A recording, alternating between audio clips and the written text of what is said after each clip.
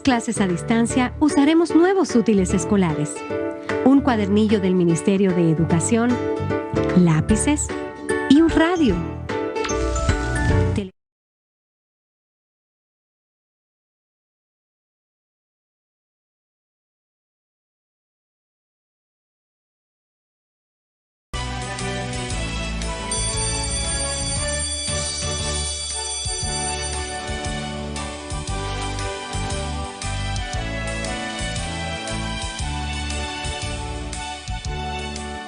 Hola chicos, ¿qué tal? Bienvenidos sean nuevamente a nuestra clase de matemáticas.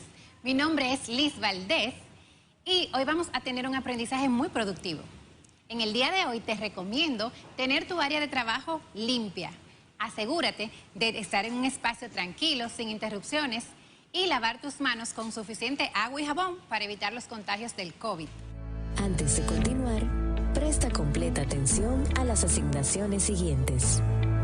Es importante higienizar tus manos con agua y jabón y prepara tus libros y herramientas de trabajo junto a la actitud correcta para aprender. Iniciemos este viaje especial directo al aprendizaje y el conocimiento.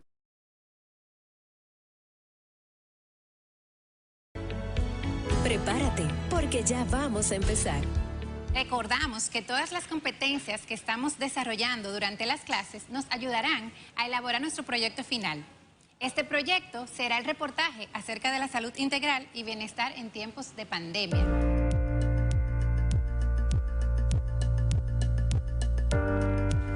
En el día de hoy vamos a utilizar los siguientes materiales para nuestro trabajo: libretas de apuntes o tu cuaderno, lápiz de carbón, lápices de colores y una regla. Si ya estás listo, vamos a comenzar. Cuando finalices este encuentro, estarás en condiciones de conocer los vectores según su tipo, determinar la norma o módulo de un vector y reconocer cuándo un vector es unitario. Vamos a recordar un poco lo que vimos en la clase anterior. En la clase anterior estuvimos trabajando con las magnitudes escalares y vectoriales, con elementos que definen un vector y a identificar estos vectores.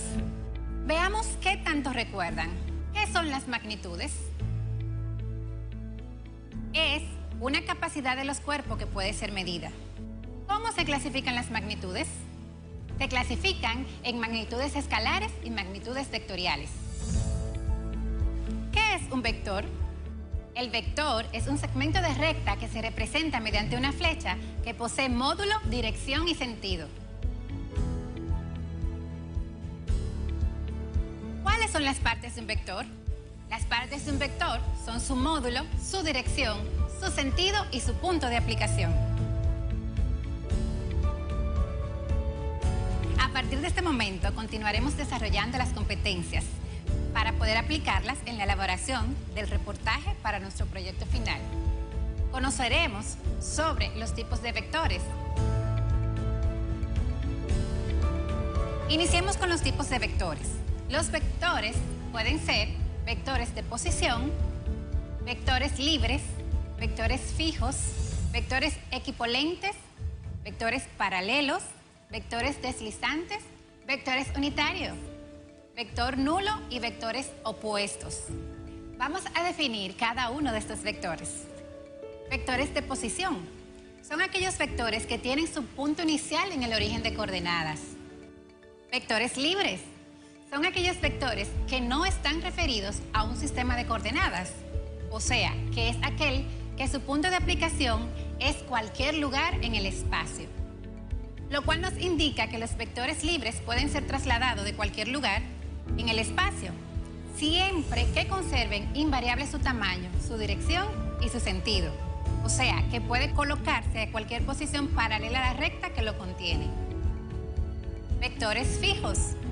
Un ejemplo es cuando pensamos en una lámpara colgante. El peso de la misma puede representarse por un vector que apunte verticalmente hacia abajo. Este vector tiene como punto de aplicación un punto en el techo donde cuelga la lámpara. En este caso, el vector dado se conoce como vector fijo. Es evidente que los vectores fijos no pueden ser trasladados. Vectores equipolentes. Cuando hablamos de equipolencia en los vectores, es lo mismo que hablar de equivalencia, por lo cual dos vectores son equipolentes cuando su módulo, su dirección y su sentido son iguales. Vectores paralelos. Dos vectores son paralelos cuando están en la misma recta o en rectas paralelas, es decir, cuando tienen la misma dirección.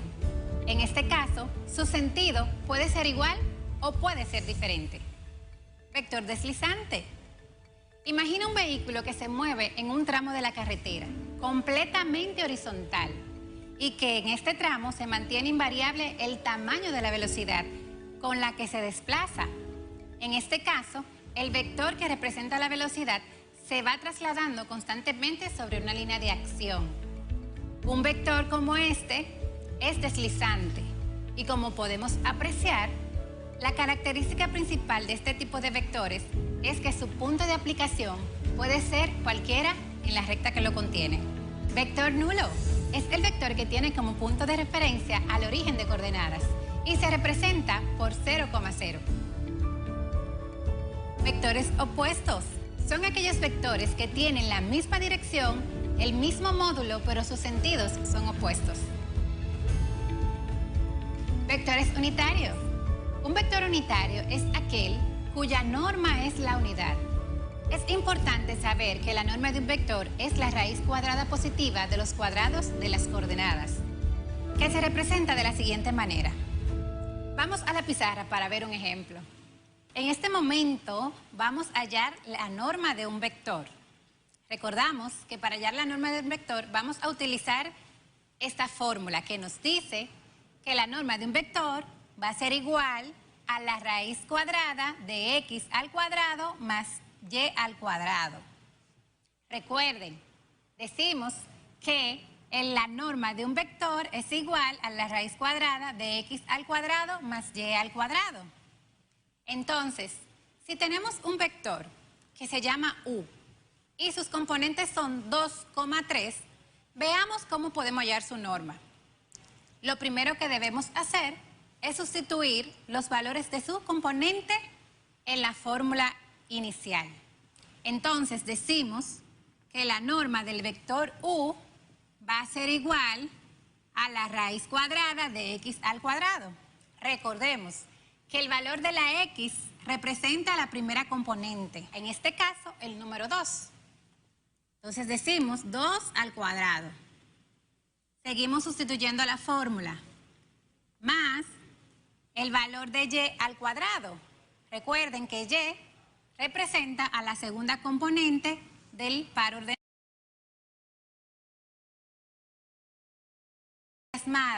Esta parte continuamos desarrollando. Decimos, la norma de un vector va a ser igual a la raíz cuadrada de 2 al cuadrado, que en este caso sería 4, más 3 al cuadrado, que en este caso sería 9. Por último, podemos concluir o avanzar en este proceso diciendo que la norma del vector u va a ser igual a la raíz cuadrada de sumar 4 más 9, que es igual a 13. Y para finalizar, lo que debemos hacer es sacar la raíz cuadrada de 13, que esto va a ser igual a 3.61. Bien, ya que conocimos la norma de un vector, recordamos que estamos trabajando con los vectores unitarios. Ahora, vamos a determinar un vector unitario con esta misma fórmula. Vamos a imaginarnos que tenemos un vector que se llama v y que sus componentes son iguales a 3/5, menos 4/5. En este caso, el procedimiento es el mismo. Lo primero que vamos a hacer es sustituir estos valores en la fórmula, que es la raíz cuadrada de x al cuadrado más y al cuadrado. Recordemos que el valor de x es representado por la primer componente del vector, Y el valor de y es representado por la segunda componente del vector. En este caso, procedemos a sustituir. X al cuadrado, el valor de x es 3/5. Lo colocamos al cuadrado. Bajamos el signo de más y el valor a sustituir de y es -4. En este caso, colocamos un paréntesis para separar los signos. -4/5 al cuadrado. Vamos a recapitular. Recuerda que estamos determinando el valor de un vector unitario o comprobando cuándo un vector es unitario. Hasta aquí tenemos los valores del vector, que son sus componentes representados por un par ordenado. Recuerden que el primer par ordenado representa a x. En este caso, estamos trabajando con fracciones. Tenemos el primer componente que es 3/5 y el segundo componente que representa a y es -4/5. Bien, la fórmula que vamos a utilizar es el vector va a ser igual a la raíz cuadrada de x al cuadrado más y al cuadrado. Entonces, sustituimos en la fórmula los valores del vector. Vamos a tener que el vector va a ser igual a la raíz cuadrada de 3/5, que representa el valor de x, elevado al cuadrado, más -4/5 elevado al cuadrado, que en este caso representa el valor de y. Debemos recordar que cuando tenemos fracciones elevadas a la potencia, tanto el numerador como el denominador deben ser multiplicados o elevado a la potencia de referencia, que en este caso es 2. Entonces, vamos a proceder a resolver esta operación. Decimos que el vector va a ser igual a la raíz cuadrada de 3, que es el numerador, elevado al cuadrado. Y recuerden que cuando elevamos un número al cuadrado significa que lo multiplicaremos por sí mismo, lo que quiere decir que vamos a multiplicar 3 por 3, que es igual a 9.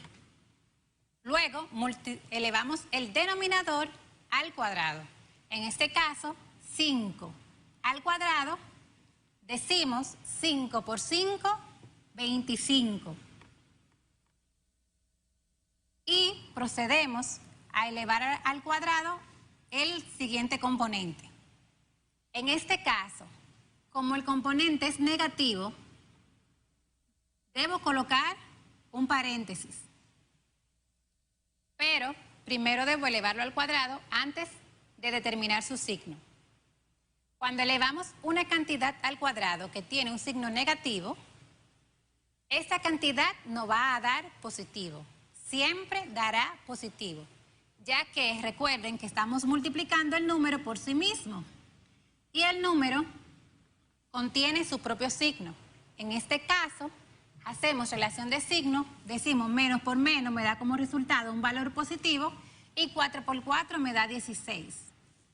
Es por esto que al elevar -4 al cuadrado, el resultado es 16. Bien, ahora continuamos con el denominador. El denominador pasa lo mismo, porque este signo corresponde a la fracción completa. Entonces, también afecta el denominador. Decimos -5 por -5 es igual a menos por menos me da más y 5 por 5, 25. Ese es el valor que voy a tener como denominador.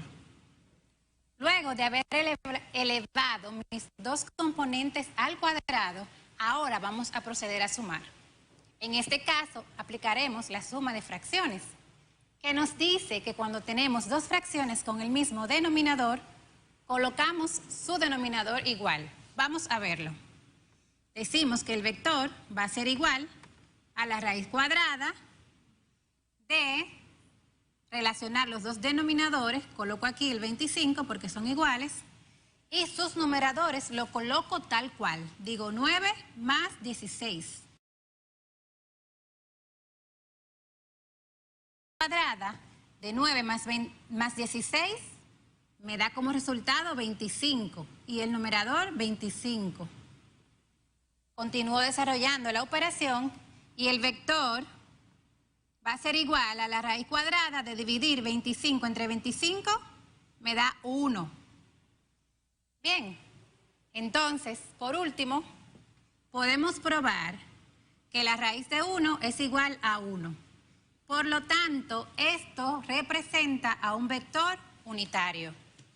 Recapitulamos nuevamente. Tenemos los valores del vector, sus componentes representan a X y a Y. Lo sustituimos en la fórmula, que es igual a la raíz cuadrada de X al cuadrado más Y al cuadrado. Y la operación nos va quedando de la siguiente manera. Decimos raíz cuadrada de 3/5 al cuadrado más, entre paréntesis colocamos menos 4/5 al cuadrado. Recuerden que le colocamos su signo de procedencia. No lo podemos cambiar. Y este signo de más viene directamente desde la fórmula original. Ahora, desarrollamos esta parte que está acá. Decimos que el vector va a ser igual a la raíz cuadrada de elevar 3 al cuadrado, que es igual a 9, y representa el numerador. Luego elevamos el denominador, que es 5 al cuadrado, 5 por 5, 25, más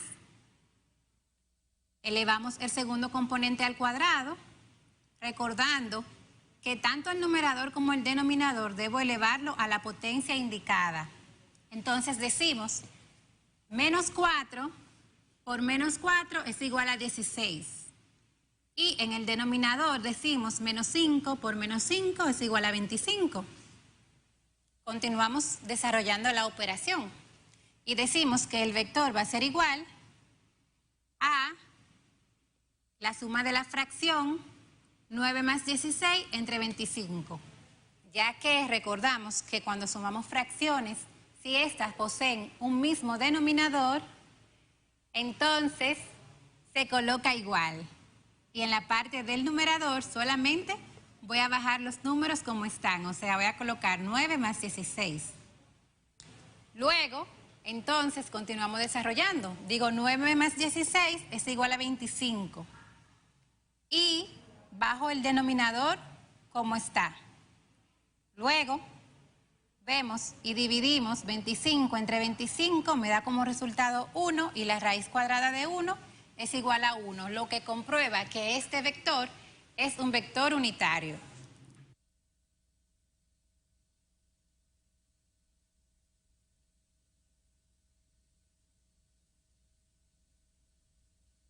Muy bien, ya que conocemos los diferentes tipos de vectores, es momento de aprender a determinar su módulo. Recordemos que el módulo de un vector es su medida o el número de unidades que posee y se representa con una letra mayúscula con una flechita encima, como hemos visto anteriormente. Además, debemos recordar que los componentes de un vector se representan por el segmento OP, el cual está constituido por los pares ordenados en el eje X y en el eje Y del plano cartesiano. El valor del módulo siempre es positivo, por eso también llamado valor absoluto. Ese valor se obtiene utilizando el teorema de Pitágoras. Y el teorema de Pitágoras nos dice que el módulo de un vector es la raíz cuadrada de la coordenada X al cuadrado más la coordenada Y. Entonces, vamos a la pizarra para poder comprender mejor. Como vemos aquí, si tenemos un vector que está representado por la letra A mayúscula y sus componentes son 4,3, utilizando el teorema de Pitágoras, decimos que el módulo del vector A va a ser igual a la raíz cuadrada de X al cuadrado más Y al cuadrado. ¿Le parece conocido? Sí, esta es la misma fórmula que utilizamos para hallar su norma. También la podemos utilizar para hallar el vector. Entonces, lo que corresponde hacer ahora es sustituir los valores de las componentes del vector A en la fórmula. Y lo hacemos de la siguiente manera. Decimos que el módulo del vector A va a ser igual a X al cuadrado. Recuerden que X es la primera componente de par ordenado. En este caso, tiene como valor 4. Lo elevamos al cuadrado Continuamos con la fórmula colocando el signo de más y sustituimos el valor de y, que en este caso representa la segunda componente del par ordenado, y su valor es 3 elevado al cuadrado. Continuamos desarrollando. Decimos que el módulo va a ser igual a elevar a la raíz cuadrada de elevar el 4 a la potencia de 2. Y decimos 4 por 4, 16, más 3 al cuadrado, que sería 3 por 3, 9. Sumamos estos valores y nos da 25. Entonces, el módulo de A va a ser igual a la raíz de 25, que es igual a 5. Bien, en este caso vamos a recapitular. Recuerden, tenemos el par ordenado que representa el valor del vector A y esto lo vamos a sustituir en la fórmula. Tenemos que el valor del módulo va a ser igual a la raíz cuadrada de x al cuadrado más y al cuadrado. Esto se representa de la siguiente manera. Decimos que la raíz cuadrada de 4 al cuadrado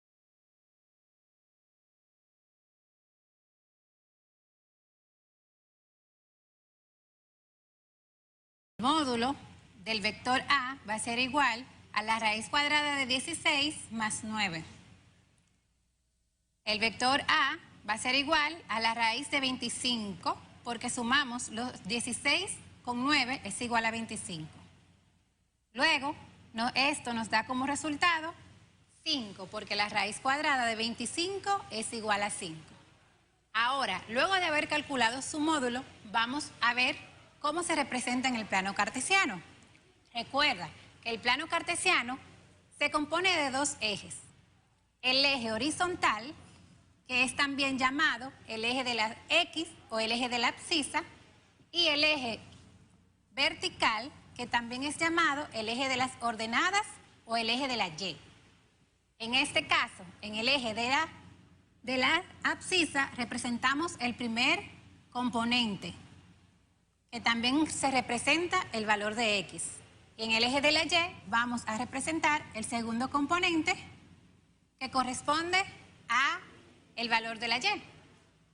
Lo primero que debemos hacer es ubicarnos en el centro de coordenadas, que es 0,0, donde se juntan los dos ejes. Aquí su valor es 0. Quiere decir que Y vale 0 y que X vale 0 si me posiciono aquí. Lo primero que voy a hacer es ubicar el valor de la X. Y como es un 4, voy a comenzar desde el origen de coordenada contando hacia la derecha, o sea, hacia el eje de la X positivo. Voy a decir 1, 2, 3 y 4. Aquí es que se encuentra la primera componente. Luego ubico la segunda componente, que es el valor de 3. Recuerden que se ubica en el eje Y. Voy a contar, como el 3 es positivo, voy a contar 3 unidades en el eje de la Y. Entonces cuento 1, 2 y 3. Aquí se ubica mi segunda componente. Pero el módulo del vector va a estar donde se unan esas dos componentes, que sería, podemos trazar una línea imaginaria y donde se una, esa es la representación del vector. Muy bien, recapitulando, vamos a ver nuevamente cómo representamos el módulo del vector. Luego de haber encontrado su valor, vamos a representar las componentes. En este caso, utilizaremos el plano cartesiano. Recuerden que el eje horizontal representa el eje de la X y en este eje posee dos lados, un lado positivo que es el lado de la derecha y un lado negativo que está hacia la izquierda del centro de coordenadas. También tenemos el eje Y, que es el eje vertical o el eje de las ordenadas. En este caso, de la misma forma, contiene dos lados. un lado que representa la parte negativa que va hacia abajo desde el centro de coordenadas y un lado que representa la parte positiva partiendo del centro de coordenadas. Bien, ahora vamos a representar las componentes. La primera componente representa el número 4 y este valor va graficado en la X, en el eje de la X. Lo que hacemos es que nos colocamos en el origen de coordenada donde sus valores son 0,0 y desde ahí partimos hacia el lado positivo de la X contando 4 unidades. Cuenta conmigo, decimos 1, 2, 3 y 4. Aquí se ubica la primera componente del vector. Luego vamos a ubicar la segunda. En esta componente lo vamos a ubicar en el eje vertical, que es el eje de la Y. Y de la misma forma vamos a partir del centro de coordenadas, o sea, del 0. Y vamos a contar hacia arriba o en la parte positiva del eje de la Y 3 unidades. 1, 2 y 3. Aquí se encuentra mi segunda componente del vector. Luego de haber ubicado ambas componentes, lo que procedemos a hacer es a ubicar el punto donde se unen estas dos. Si podemos ver con líneas de trazo, este punto se forma aquí, donde se unen las dos componentes. Y mi vector va a ser representado partiendo desde el origen de coordenadas hasta el punto donde se unen las componentes y de esta forma queda representado. En el día de hoy trabajamos los tipos de vectores, las componentes de un vector, cómo determinar la norma de un vector, cómo determinar su módulo y cómo representarlo. Espero que puedan poner en práctica lo aprendido en esta semana. Les invito a realizar los ejercicios que se encuentran en la página 58 y 59 de su cuadernillo. Nos vemos en la próxima clase.